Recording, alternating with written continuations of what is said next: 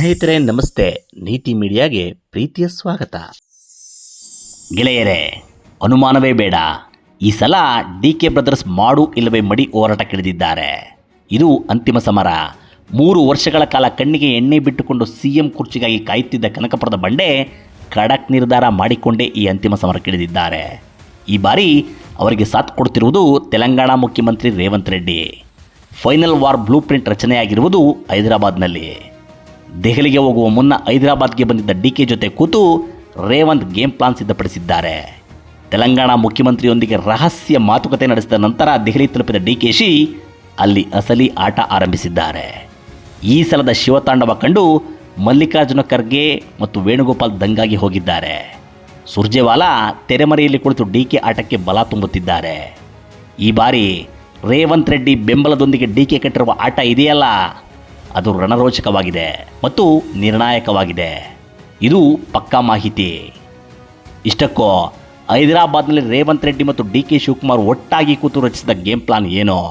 ಇಷ್ಟು ದಿನ ಸುಮ್ಮನಿದ್ದ ರೇವಂತ್ ರೆಡ್ಡಿ ಈಗ ಡಿ.ಕೆ ವಿಚಾರದಲ್ಲಿ ವರಿಷ್ಠರ ಬಗ್ಗೆ ರಾಂಗ್ ಆಗಿರುವುದೇಕೆ? ಡಿ.ಕೆ ಮತ್ತು ರೇವಂತ್ ರೆಡ್ಡಿ ಜೋಡಿ ರಾಹುಲ್ ಗಾಂಧಿಗೆ ಕಳಿಸಿರುವ ಶಾಕಿಂಗ್ ಸಂದೇಶ ಏನು? ಎಲ್ಲವನ್ನೂ ವಿಸ್ತೃತವಾಗಿ ತಿಳಿಯೋಣ ಬನ್ನಿ. ಅದಕ್ಕೂ ಮುನ್ನ ತಮ್ಮಲ್ಲೊಂದು ಮನವಿ, ನೀವು ನೀತಿ ಮೀಡಿಯಾ ಚಾನಲ್ ಸಬ್ಸ್ಕ್ರೈಬ್ ಮಾಡಿಲ್ಲದಿದ್ದರೆ ಈಗಲೇ ಮಾಡಿ, ನಮ್ಮನ್ನು ಬೆಂಬಲಿಸಿ, ಪ್ರೋತ್ಸಾಹಿಸಿ.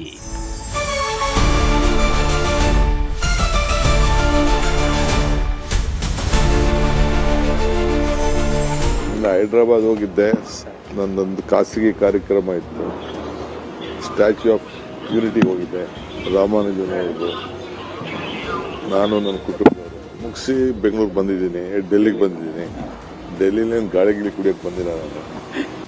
ಸ್ನೇಹಿತರೆ, ದೆಹಲಿಗೆ ಬರುವ ಮುನ್ನ ಹೈದರಾಬಾದ್ಗೆ ಹೋಗಿದ್ದೆ ಎನ್ನುವ ಗುಟ್ಟು ಬಿಟ್ಟುಕೊಟ್ಟಿರುವ ಡಿ.ಕೆ.ಶಿ ಅವರ ಈ ವಿಡಿಯೋ ನೋಡಿದಿರಲ್ಲ. ಇದು ಡಿ.ಕೆ ಶಿವಕುಮಾರ್ ರೇವಂತ್ ರೆಡ್ಡಿ ರಹಸ್ಯ ಚಟುವಟಿಕೆಗೆ ಸಾಕ್ಷಿ. ಖಾಸಗಿ ಕೆಲಸದ ನೆಪದಲ್ಲಿ ಹೈದರಾಬಾದ್ಗೆ ಹೋದ ಡಿ.ಕೆ ರೇವಂತ್ ಜೊತೆ ಆಡಿರುವ ಮಾತುಕತೆ ಕೇವಲ ಕರ್ನಾಟಕದ ಅಧಿಕಾರ ಹಂಚಿಕೆಗೆ ಸಂಬಂಧಿಸಿದ್ದಲ್ಲ, ಇಡೀ ದಕ್ಷಿಣ ಭಾರತದಲ್ಲಿ ಕಾಂಗ್ರೆಸ್ ಹಣೆಬರಹ ನಿರ್ಧರಿಸುವಂಥದ್ದು. ಹೌದು, ಕಾಂಗ್ರೆಸ್ ವರಿಷ್ಠರ, ಅದರಲ್ಲೂ ರಾಹುಲ್ ಗಾಂಧಿಯವರ ನಡೆಗಳಿಂದ ರೇವಂತ್ ರೆಡ್ಡಿ ಮತ್ತು ಡಿ.ಕೆ ಶಿವಕುಮಾರ್ ಇಬ್ಬರು ಸಮಾನ ರಾಜಕೀಯ ಸಂತ್ರಸ್ತರಾಗಿದ್ದಾರೆ. ಪಕ್ಷದೊಳಗಿನ ಶತ್ರುಗಳಿಂದ ತೀವ್ರ ಬಾಧಿತರಾಗಿದ್ದಾರೆ. ರೇವಂತ್ ರೆಡ್ಡಿ ಅವರನ್ನೇ ತೆಗೆದುಕೊಳ್ಳೋಣ. ಮುಖ್ಯಮಂತ್ರಿ ಸ್ಥಾನದಲ್ಲಿದ್ದರೂ ಅವರ ಪರಿಸ್ಥಿತಿ ಯಾರಿಗೂ ಬೇಡ.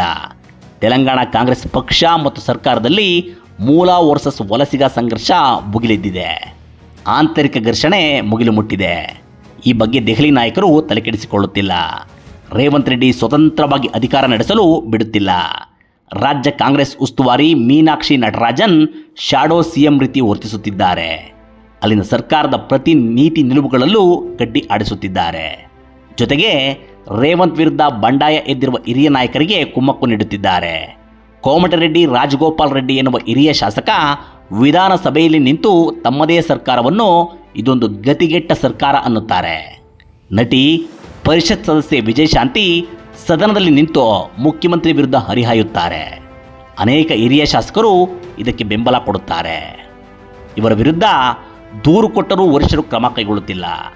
ನಾಯಕತ್ವ ವಿರುದ್ಧದ ಬಂಡಾಯವನ್ನು ಬಳಸಿಕೊಂಡೇ ರೇವಂತ್ ರೆಡ್ಡಿ ಅವರನ್ನು ನಿಯಂತ್ರಿಸಲು ಪ್ರಯತ್ನಿಸುತ್ತಿದ್ದಾರೆ. ಇತ್ತೀಚೆಗಂತೂ ಉಪಮುಖ್ಯಮಂತ್ರಿ ಬಟ್ಟಿ ವಿಕ್ರಮಾರ್ಕ ಅವರ ಉಪಟಳ ಮಿತಿಮೀರಿದೆ. ಅವರು ಮುಖ್ಯಮಂತ್ರಿ ವಿರುದ್ಧ ತಿರುಗಿ ಬಿದ್ದಿದ್ದಾರೆ. ಕಳೆದ ತಿಂಗಳು ಸಿಎಂ ರೇವಂತ್ ರೆಡ್ಡಿ ವಿದೇಶ ಪ್ರವಾಸದಲ್ಲಿದ್ದಾಗ ಬಂಡಾಯ ಸಭೆಗಳು ನಡೆದಿವೆ. ಇತ್ತೀಚೆಗೆ ಹಿರಿಯ ನಾಯಕ ಜೀವನ್ ರೆಡ್ಡಿ ಕಾಂಗ್ರೆಸ್ ತ್ಯಜಿಸಿ BRS ಪಕ್ಷ ಸೇರಿದ ನಂತರವಂತೂ ಮುಸುಕಿನ ಗುದ್ದಾಟಗಳು ಮಿತಿಮೀರಿವೆ. ಒಂದು ಕಡೆ ಸರ್ಕಾರ ಆರ್ಥಿಕ ಸಂಕಷ್ಟದಲ್ಲಿರುವುದು, ಮತ್ತೊಂದು ಕಡೆ ಬಂಡಾಯದ ಬೆಂಕಿಗೆ ವರಿಷ್ಠರೇ ತುಪ್ಪ ಸುರಿಯುತ್ತಿರುವುದು ರೇವಂತ್ ರೆಡ್ಡಿ ಅವರನ್ನು ಕೆರಳಿಸಿದೆ. ಡಿ.ಕೆ ಶಿವಕುಮಾರ್ ವಿಚಾರಕ್ಕೆ ಬಂದರೆ ಎಲ್ಲರಿಗೂ ತಿಳಿದಿರುವಂಥದ್ದೇ. ಹೈಕಮಾಂಡ್ ಕೊಟ್ಟ ಮಾತಿನಂತೆ ನಡೆಯುತ್ತಿಲ್ಲ. ರಾಹುಲ್ ಗಾಂಧಿ ಸಿದ್ದರಾಮಯ್ಯ ಅವರನ್ನು ಮಾತುಕತೆ ಟೇಬಲ್ಗೆ ಕರೆದು ಅಧಿಕಾರ ಹಂಚಿಕೆ ವಿಚಾರ ಸೆಟಲ್ ಮಾಡುತ್ತಿಲ್ಲ. ಹೀಗಾಗಿ ಸಮಾನ ರಾಜಕೀಯ ಬಾಧಿತರಾದ ರೇವಂತ್ ರೆಡ್ಡಿ ಮತ್ತು ಡಿ.ಕೆ ಶಿವಕುಮಾರ್ ಒಂದಾಗಿದ್ದಾರೆ. ಜಂಟಿ ಕಾರ್ಯಾಚರಣೆ ಮೂಲಕ ವರಿಷ್ಠರಿಗೆ ಶಾಕ್ ಕೊಡುತ್ತಿದ್ದಾರೆ. ಇದರಾಚೆಗೂ ಡಿ.ಕೆ.ಶಿಗೆ ಸಿಎಂ ಹುದ್ದೆ ವಿಚಾರದಲ್ಲಿ ಅನ್ಯಾಯವಾಗುತ್ತಿದೆ ಎಂಬ ಪ್ರಾಮಾಣಿಕ ಕಳಕಳಿ ರೇವಂತ್ ರೆಡ್ಡಿ ಅವರಿಗಿದೆ. ಇದು ಕೂಡ ಅವರನ್ನು ವರಿಷ್ಠರ ಬಗ್ಗೆ ರೊಚ್ಚಿಗೇಳುವಂತೆ ಮಾಡಿದೆ. ರಾಂಗ್ ಆಗಿರುವ ಡಿ.ಕೆ ರೇವಂತ್ ಜೋಡಿ ರಾಹುಲ್ಗೆ ನೀಡುತ್ತಿರುವ ಸಂದೇಶ ಏನು? ಮುಂದೆ ತಿಳಿಯೋಣ ಬನ್ನಿ.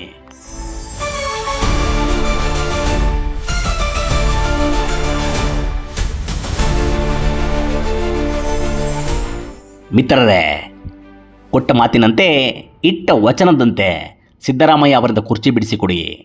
ತೆಲಂಗಾಣ ಕಾಂಗ್ರೆಸ್ ಉಸ್ತುವಾರಿ ಮೀನಾಕ್ಷಿ ನಟರಾಜನ್ ಅವರನ್ನು ಕೂಡಲೇ ವಾಪಸ್ ಕರೆಸಿಕೊಳ್ಳಿ. ಇಷ್ಟಾಗದಿದ್ದರೆ ಕರ್ನಾಟಕ ಮತ್ತು ತೆಲಂಗಾಣ ಎರಡೂ ಕಡೆ ಸರ್ಕಾರಕ್ಕೆ ಹೆಚ್ಚು ಕಡಿಮೆಯಾದರೆ ನಾವು ಜವಾಬ್ದಾರರಲ್ಲ. ಇದು ಡಿ.ಕೆ. ರೇವಂತ್ ಜೋಡಿ ಕಾಂಗ್ರೆಸ್ ವರಿಷ್ಠರಿಗೆ ರವಾನಿಸಿರುವ ಜಂಟಿ ಸಂದೇಶ. ಡಿ.ಕೆ. ಶಿವಕುಮಾರ್ ನವದೆಹಲಿಯಲ್ಲಿ ಕೆ.ಸಿ. ವೇಣುಗೋಪಾಲ್ ಭೇಟಿಯಾದ ವೇಳೆ ನೇರವಾಗಿ ಈ ಮಾತನ್ನು ಹೇಳಿದ್ದಾರೆ. ಈ ಮೂಲಕ ನಮ್ಮ ತಾಳ್ಮೆ ಮುಗಿದಿದೆ, ನಮ್ಮನ್ನು ನಿರ್ಲಕ್ಷಿಸಿದರೆ ದಕ್ಷಿಣ ಭಾರತದಲ್ಲಿ ಕಾಂಗ್ರೆಸ್ ಪಕ್ಷಕ್ಕೆ ಮುಳುಗು ನೀರು ಬರುತ್ತದೆ ಎಂಬ ಮೆಸೇಜ್ ರಾಹುಲ್ಗೆ ಪಾಸ್ ಮಾಡಿದ್ದಾರೆ. ಖಚಿತ ಮೂಲಗಳ ಪ್ರಕಾರ ಮೇ 2ನೇ ವಾರದ ಹೊತ್ತಿಗೆ ವರಿಷ್ಠರು ಸಿದ್ದರಾಮಯ್ಯ ಅವರನ್ನು ದೆಹಲಿಗೆ ಕರೆದು ಕೊಟ್ಟ ಮಾತಿನಂತೆ ಅವರು ಅಧಿಕಾರ ಬಿಟ್ಟುಕೊಡಲು ಸೂಚಿಸದಿದ್ದರೆ ಡಿ.ಕೆ. ತಾವು ರೇವಂತ್ ಜೊತೆ ಸೇರಿ ರೂಪಿಸಿದ ಗೇಮ್ ಪ್ಲಾನ್ ಜಾರಿ ಮಾಡಲಿದ್ದಾರೆ. ಮೊದಲ ಹಂತದಲ್ಲಿ ಡಿ.ಸಿ.ಎಂ ಹುದ್ದೆಗೆ ರಾಜೀನಾಮೆ ಕೊಡುವುದಾಗಿ ಪ್ರಕಟಿಸಿ ರಾಜ್ಯ ರಾಜಕೀಯದಲ್ಲಿ ಬಿರುಗಾಳಿ ಎಬ್ಬಿಸಲಿದ್ದಾರೆ. ಪಕ್ಷಕ್ಕೆ ಹೈಕಮಾಂಡ್ಗೆ ನಿಷ್ಠನಾಗಿರುತ್ತೇನೆ, ಆದರೆ ಸರ್ಕಾರದಲ್ಲಿ ಭಾಗಿಯಾಗದೆ ಪಕ್ಷ ಸಂಘಟನೆಯಲ್ಲಿ ತೊಡಗಿಸಿಕೊಳ್ಳುತ್ತೇನೆ ಎಂದು ಅವರು ದಾಳ ಎಸೆಯಲಿದ್ದಾರೆ. ಅದೇ ಕಾಲಕ್ಕೆ ಅವರ ಬಣದ 50 ಶಾಸಕರು ಹೈದರಾಬಾದ್ಗೆ ತೆರಳಲಿದ್ದಾರೆ. ಅಲ್ಲಿ ಅವರಿಗೆ ರೇವಂತ್ ರೆಡ್ಡಿ ಮದ್ದತು ನೀಡಲಿದ್ದಾರೆ. ಇಂತಹ ಸನ್ನಿವೇಶದಲ್ಲಿ ಹೈಕಮಾಂಡ್ ನಾಯಕರು ಬಗ್ಗದಿದ್ದರೆ ಡಿ.ಕೆ. ತಮ್ಮ ಹುದ್ದೆಗೆ ರಾಜೀನಾಮೆಯನ್ನೇ ನೀಡಿ ಸೆಡ್ಡು ಹೊಡೆಯಲಿದ್ದಾರೆ. ಇದು ತೆಲಂಗಾಣ ಸರ್ಕಾರದ ಮೇಲೂ ಪರಿಣಾಮ ಬೀರಲಿದೆ. ಅಲ್ಲಿಯೂ ರಾಜಕೀಯ ವಿಪ್ಲವ ನಡೆಯಲಿದೆ. ಮುಂದೆ ಎರಡೂ ರಾಜ್ಯಗಳಲ್ಲಿ ಏರ್ಪಡುವ ಅಸ್ಥಿರತೆ, ಕ್ರಾಂತಿ ಸರ್ಕಾರಗಳನ್ನು ಅಲುಗಾಡಿಸುತ್ತದೆ. ಈ ಬಗೆಗಿನ ಸಂದೇಶವನ್ನು ಸೂಚ್ಯವಾಗಿ ಡಿ.ಕೆ. ವರಿಷ್ಠರಿಗೆ ತಲುಪಿಸಿದ್ದಾರೆ. ಇದನ್ನು ರಾಹುಲ್ ಗಾಂಧಿ ಗಂಭೀರವಾಗಿ ಪರಿಗಣಿಸದಿದ್ದರೆ ಮೇ ಮಧ್ಯಭಾಗದ ಹೊತ್ತಿಗೆ ಕರ್ನಾಟಕ ಮತ್ತು ತೆಲಂಗಾಣ ಎರಡೂ ಕಡೆ ಕಾಂಗ್ರೆಸ್ ಸರ್ಕಾರಗಳಿಗೆ ಕಂಟಕ ಖಚಿತ. ಏಕೆಂದರೆ ಡಿ.ಕೆ. ಶಿವಕುಮಾರ್ ಮತ್ತು ರೇವಂತ್ ರೆಡ್ಡಿ ಇಬ್ಬರೂ ಹಿಡಿದ ಕೆಲಸ ಬಿಡದ ವ್ಯಕ್ತಿತ್ವದವರು.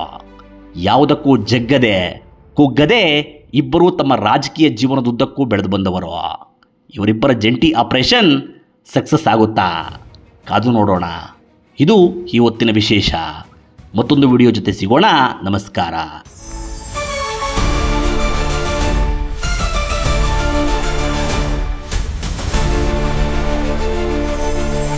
ನಿರಂತರ ವಿಡಿಯೋಗಳಿಗಾಗಿ ನೀತಿ ಮೀಡಿಯಾ ಯೂಟ್ಯೂಬ್ ಚಾನೆಲ್ ಸಬ್ಸ್ಕ್ರೈಬ್ ಮಾಡಿ. ಹೊಸ ವಿಡಿಯೋಗಳ ಅಪ್ಡೇಟ್ಗಾಗಿ ಬೆಲ್ ಐಕಾನ್ ಕ್ಲಿಕ್ ಮಾಡಿ. ನಿಮಗೆ ಇಷ್ಟವಾಗಿರೋ ಈ ವಿಡಿಯೋ ಶೇರ್ ಮಾಡಿ, ಕಮೆಂಟ್ ಮಾಡೋದು ಮರಿಬೇಡಿ.